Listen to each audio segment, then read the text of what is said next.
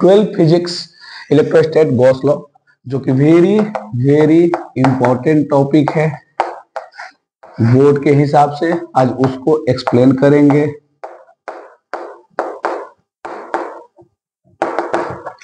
पहले एक close body लेते हैं, क्लोज सरफेस है जिसमें कुछ चार्जेज रखा हुआ है।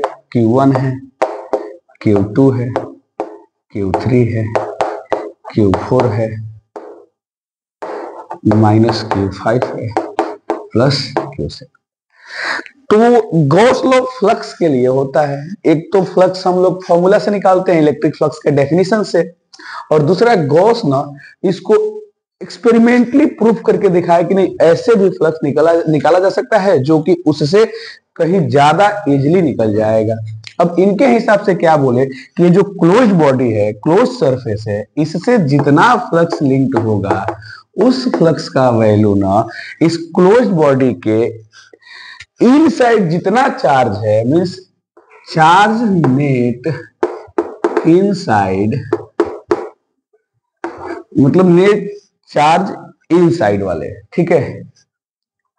और इस जिस मीडियम में रखा है, बॉडी जिस मीडियम में रखा है उस मीडियम का परमिटिविटी का रेसिप्रोकल का मल्टीप्लिकेशन या प्रोडक्ट के बराबर होता है। मींस कहने का मतलब है कि किसी क्लोज्ड बॉडी का जो फ्लक्स लिंक होगा उस फ्लक्स का वैल्यू 1/एप्सिलॉन times of Q net inside के बराबर होगा। अब हम लोगों को E डॉट DA करके निकालने की जरूरत नहीं पड़ेगी, डायरेक्ट किसी क्लोज बॉडी दिया रहेगा तो उसके अंदर का चार्ज निकाल लेंगे और उस चार्ज को 1/एप्सिलॉन टाइम से डिवाइड कर देंगे, या जो मीडियम में हो, जिस प्रकार का मीडियम है उसके परमिटिविटी से डिवाइड कर देंगे तो अपने को फ्लक्स मिल जाएगा। ठीक है। अब यहां पे देखिए, इस फिगर के लिए अगर हमको फ्लक्स निकालना हो तो गॉस थ्योरम से फ्लक्स क्या हो जाएगा, तो इनसाइड चार्ज कितना है, Q1, Q2, Q3 और Q4, तो नेट चार्ज कितना हो जाएगा। अब चार्ज तो हम लोग, चार्ज स्केलर क्वांटिटी है तो फिर इसको हम साइन के साथ लेंगे, plus Q1 plus Q2 minus Q3 और छूट गया क्या, plus Q4 divided by epsilon. अगर इसको मान लेते हैं ये कहां पर है, फ्री स्पेस में है, तो ये ही इसका टोटल फ्लक्स होगा। अब गॉस लॉ में ये अपना Q6 चार्ज जो बाहर आउटसाइड लाई कर रहा है और ये Q5 माइनस Q5 चार्ज जो इसके सरफेस पे है क्लोज बॉडी के, इसको हम लोग कंसीडर नहीं करते, इस चार्ज को भी कंसीडर नहीं करेंगे, इस चार्ज को भी कंसीडर नहीं करेंगे, सिर्फ इनक्लोज्ड इनसाइड चार्ज को ही कंसीडर किया जाता है। तो यही गॉस लॉ कहता है। अब इसका हम स्टेटमेंट लिखवाने जा रहे हैं जिसको आप ध्यान से देखिएगा और बोर्ड के लिए बहुत ही सफिशिएंट होगा। तो according to Gauss law,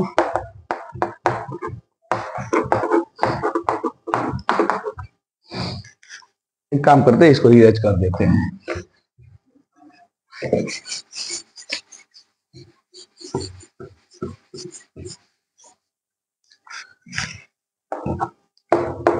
According to Gauss law,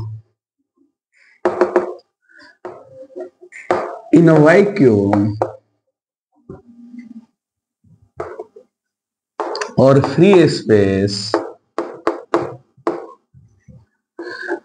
the electric flux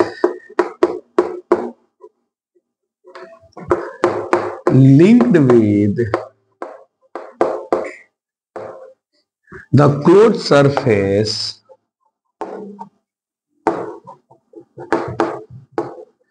is 1/epsilon times 1/epsilon times of net charge enclosed by this surface। Simple है, किसी भी क्लोज सरफेस से जो इलेक्ट्रिक फ्लक्स लिंक्ड होगा वो flux 1/epsilon times of net charge enclosed by the surface होगा। उस surface के इनसाइड में जितने नेट चार्ज हैं उन नेट चार्ज को पहले हम लोग कैलकुलेट करेंगे, निकाल लेंगे, फाइंड आउट करेंगे इनसाइड चार्ज को। सरफेस के बाहर वाले चार्ज को कंसीडर नहीं करते। उसके बाद उसको 1/एप्सिलॉन टाइम से मल्टीप्लाई कर देते हैं। जो वैल्यू आएगा उस सरफेस से लिंक्ड टोटल फ्लक्स का वैल्यू आ जाएगा। और यही इसको अगर मैथमेटिकली कहना हो तो हम लोग कह सकते हैं फाई क्यू नेट, कहां का नेट भाई, inside, divided by epsilon times. अच्छा, क्यू ई का फॉर्मूला से क्या होता है वैल्यू, तो ई डॉट डी है, integration close integral of E dot D is equal to क्या हो जाएगा, Q net inside divided by epsilon times. यही गॉस लॉ है। This is called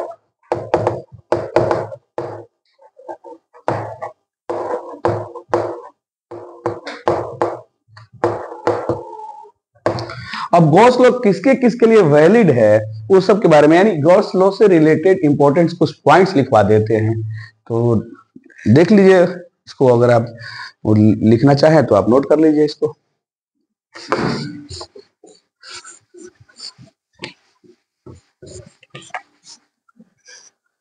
important points,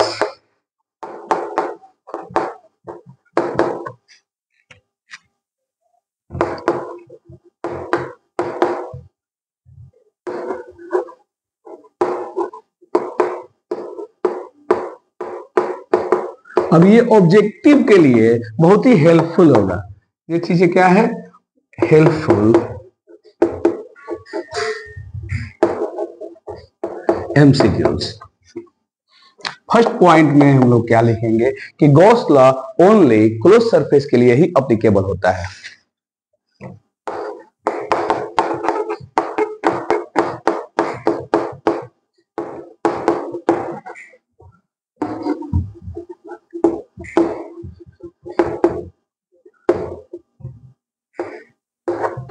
जिसको हम लोग गॉसियन सरफेस बोलते हैं।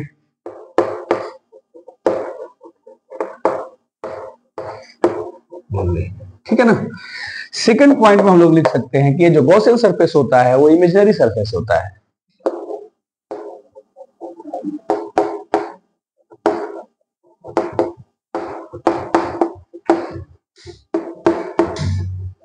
खुद से डिसाइड करते हैं।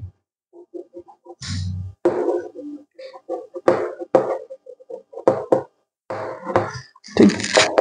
थर्ड, जो भी फ्लक्स हम लोग डिसाइड करेंगे, जो फ्लक्स का वैल्यू होगा वो फ्लक्स का वैल्यू सिर्फ और सिर्फ इनसाइड चार्ज देंगे। आउटसाइड चार्ज और ऑन द सरफेस चार्ज का फ्लक्स में कोई कंट्रीब्यूशन नहीं होता है।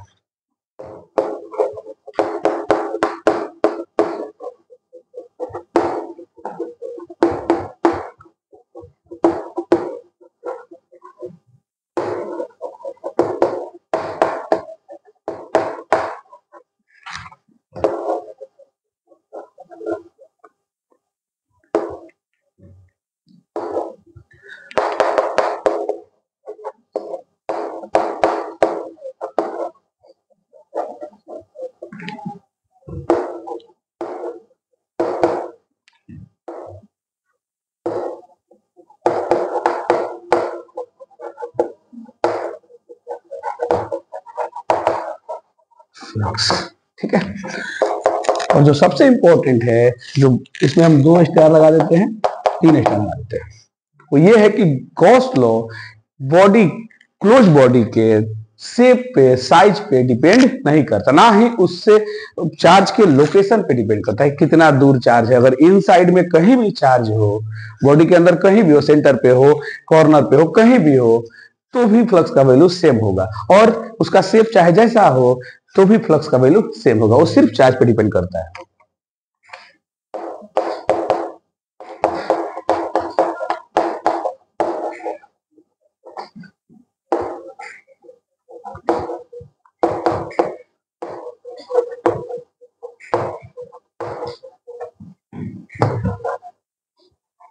Shape and size and location of charge